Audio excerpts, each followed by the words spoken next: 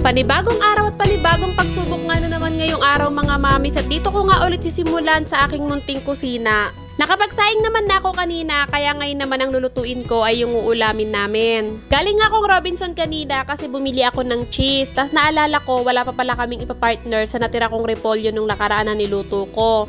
Kaya naman naisipan ko na itong chicken meatballs na nga lang yung bibilhin ko. Medyo nagmahal nga to ngayon na 6 pesos. Dati ay 55 pesos lang to, ngayon ay 61 pesos na. Pero okay lang kasi para sa akin ay mura pa din naman yun. Isipin mo sa halagang 61 pesos ay meron ka ng pang-ulam na chicken meatballs. Tapos ko naman iprito yung mga chicken meatballs. Sunod ko namang ginawa ay nagbawas lang ako ng mantika sa kawalit. Pagkatapos ginisa ko na yung bawang at sibuyas. Pagkatapos sinunod ko naman ng itong huling repolyo na natitira sa rep. Kung papanoorin nyo nga lahat ng mga vlog ko, mapapansin nyo na halos puro repolyo na lang yung madalas naming lutuin. Kasi nga gaya nung sabi ko sa nakaraang vlog ko nung nagluto din ako neto, ito talaga kasi yung gulay na madali lang maluto. Pero mas madalas talaga sinasaluhan ko din to ng karot. Pero dahil wala nga kaming karot ngayon, okay na lang ulit tong repolyo. Mabilis ang luto nga lang yun mga mami. Sa itong naluto na nga yung gulay, tinabi ko na nga muna kasi hindi pa naman kami nagugutom. After ko nga magluto, sakto naman si Athena ay kailangan niya ng mag-toothbrush kasi hindi talaga siya pwedeng mag-cellphone kapag hindi pa siya nakapag-toothbrush. Ako naman, kailangan ko ng maligo kasi naramdaman ko naglalagkit na ako. Pagtapos ko talagang maligo, ay nagsalang na ako ng pichi-pichi kasi nga meron akong pa-order neto. Hindi naman talaga ako nagpo-post na nagpapa-order ako neto, pero yung mga nakakatikim ng pichi-pichi ko, naisipan nila talaga mag-order sa akin kasi nga nasasarapan sila. And syempre, very proud at natutuwa naman ako sa part na yon. Pang merienda lang naman to nung nag-order sa akin at kaibigan ko lang din naman yon. Noong nakaraan pa talaga siya nagsabi sa akin na order siya, pero kinancel ko nga muna kasi nga nagkasakit nga ako, diba? So hindi ako makakakilos talaga at hindi kami makakapunta ni daddy ng palengke para bumili ng kamote. Bukod pala dito sa Pichi Pichi ay umorder din siya ng 2 box ng pulburon assorted. Medyo nagmamadali na nga ako nung araw na to mga mamis kasi nga sakto pagtapos kong maligo ay nagchat yung friend ko na papunta na nga siya dito sa bahay para pick upin tong mga orders niya. Kapag ganitong merong mga gustong mag-order sa akin mga mamis ng Pichi Pichi, Maha, Biko, hindi ko talaga tinatanggihan kahit alam kong medyo may hirapan ako. Sayang kasi yung kikitain or tutubuin ko dito mga mamis kasi ayun yung mga pinangbibili ko paunti-unti ng mga gamit namin dito sa bahay kapag naiipon ko. Kahit kasi sabihin natin barya-barya lang yung kinikita or tinutubo ko doon, kapag naipon ko naman yun, malaki-laki din yun. Tapos makakabili pa ako ng gusto kong gamit na bilhin para dito sa bahay namin. Minsan nga iniisip ko kung hindi siguro ganito yung sitwasyon ng katawan ko, mas marami pa siguro talaga akong racket na magagawa. Pero thankful pa din naman ako mga mamis kasi kahit ganito na yung sitwasyon ng katawan ko, kahit papano naman ay nakapag-racket pa din naman ako kahit paunti-unti at kumikita pa din naman ako kahit pa barya-barya lang. Pagkatapos ko nga ayusin yung pa-order ko, sakto naman na pick up na yun ng kaibigan ko, hindi ko na nga nasama sa video. Sunod ko namang inasikaso ito namang pasalubong kay Athena ng lola niya. Kumatok kasi yung lola niya tapos binigay itong kaunting grocery para nga daw pambaon-baon niya sa school. Pagtapos ko naman nasikasuhin yung pasalubong kay Athena ng lola niya, inaya ko nga si daddy na magdali. Matagal ko na kasi talagang gustong magpunta ng dali kasi gusto kong itry yung mga nagba-viral nilang chocolate. May 2 malapit na dali naman dito sa amin pero kailangan pa din namin magmotor kasi medyo malayo kapag nilakad namin. Dito nga kami unang nagpunta sa may Almar banda. Bali tapat neto yung David's Tea House na madalas naming bilhan ng siomai. At pagpasok nga namin dito, una ko talagang nakita dito ay yung mga kape nila. In fairness sa mga kape nila dito, parang may isang kaparehas na brand pero napakamura. For 75 pesos lang mga mamis meron ka ng kape. Iba-iba din yung flavor nila dito. May brown coffee, black coffee, tapos meron din sila ditong parang kagaya ng Coffee Co Blanca. Pero dahil hindi naman ito yung pinunta namin dito at hindi naman talaga nagkakape si daddy ng ganto kasi nga black coffee lang siya, hindi kami kumuha. Pero marami din sila ditong mga brandang kape na mga nakikita natin sa mga binibila nating mga grocery store. Meron nga din sila ditong mga pagkain or mga biskuit, mga cupcake na pambata na hindi pa natin nakikita sa ibang mga store. Gaya nitong wafer, meron siyang palaman na strawberry, tapos meron din siyang chocolate. Bali nakita ko nga ay 90 pesos ng isang box ng wafer na yon, tapos 30 pieces na. Meron din kami dito nakitang Swiss roll, tapos yung isang box naman neto ay parang 71 pesos lang. Napakamura niya mga mamis, tapos 24 pieces na.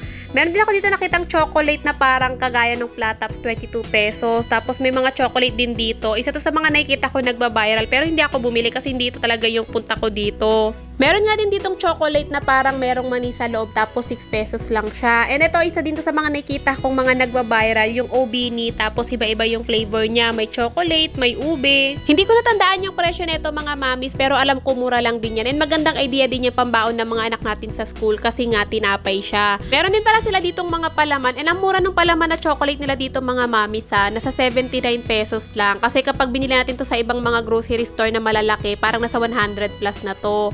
At dahil nga hindi ko nakita yung kailangan kong bilhin or yung gusto kong bilhin dito, ito nga't bumili na lang kami ni Daddy nitong Swiss roll para bibigay namin kay Baby Sai. Tapos bibilan namin si Athena nitong strawberry wafer kasi alam naming magugustuhan niya to. Pero gusto namin yung isang box ng strawberry kaya lang wala, kaya hindi na kami kumuha. Kung ano pa nga yung ipinunta ko dito na gusto kong bilhin ay ayun pa yung wala. Pero okay lang mga mamis kasi palaban si Ma'am Shipanay nyo at hindi to basta-basta sumusuko. Uy!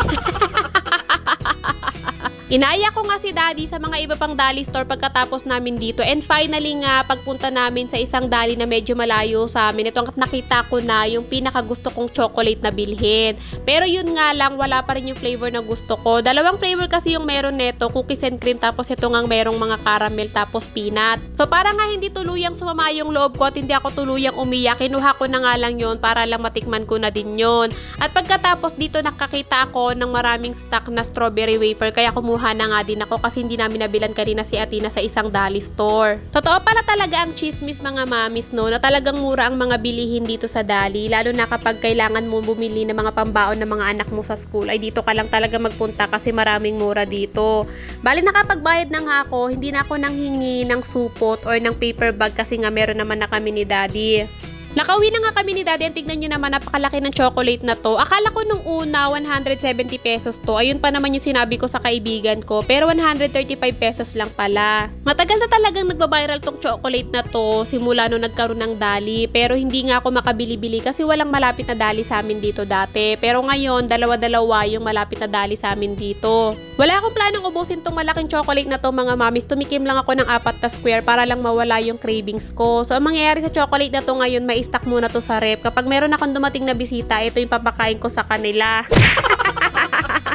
Hindi rin makakain ni Athena at ni Daddy yung chocolate na yon kasi si Daddy hindi siya mahilig sa mga chocolate. Ito namang si Athena, mahilig siya sa mga chocolate mga mamis pero hindi siya mahilig sa merong mga mani. Pagtapos kong natikman yung chocolate ay nilagay ko na sa rep. Ito namang si Athena, sinimulan naman ng lantakan itong wafer na nabili namin sa kanya. At nasarapan naman siya mga mami, sabi niya masarap daw. At dahil nga masaya na ako kasi natikman ko na yung matagal ko nang napapanood na nag-viral na chocolate. And in fairness naman mga mamis, masarap yung chocolate na yon. Meron siyang kalasa talaga na isang mamahaling brand na chocolate. Ito nga at kailangan ko ng balikan yung naiwan kong trabaho kanina bago kami lumabas ni Daddy. Ito naman, napaikutan ko naman na to umaga pa lang at pagkatapos matagal ko nga siyang dinrain sa washing kasi nga hindi ko naman kayang pigain to. Bale ito nga yung sofa cover, pati na rin yung cover ng anti-bedsore bed ko, pati na rin yung mga punda at kumot ko. Hindi ko nga muna isinabay yung mga sapin ng kama ni Athena, pati yung punda niya at yung kumot niya kasi nga baka mahirapan ako. At bukod doon, baka mahirapan kasi yung washing mga mamis kapag pinagsabay-sabay ko lahat ng mga mabibigat. Kailangan kong ingatan or alagaan yung washing na yun mga mamis kasi yung pinambili ko doon ay galing pa sa follower ko dito sa aking page. Meron pala ako nabasa na nagsasuggest na bumili daw kami ng dryer para nga hindi ako mahirapan. Gusto ko din naman talaga mga mamis. Ang problema kasi wala nang pupwestuhan kapag bumili kami ng dryer.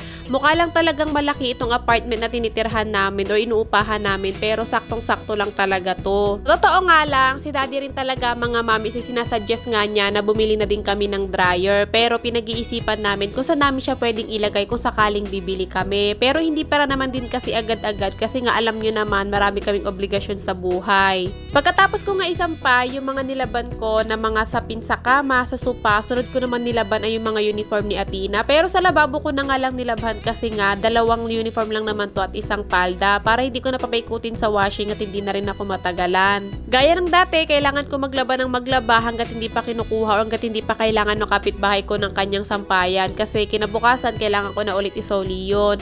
After ko naman magsampay itong at niligpit ko naman or tiniklop ko naman yung mga nilaban ko mga damit ni Daddy nung isang araw.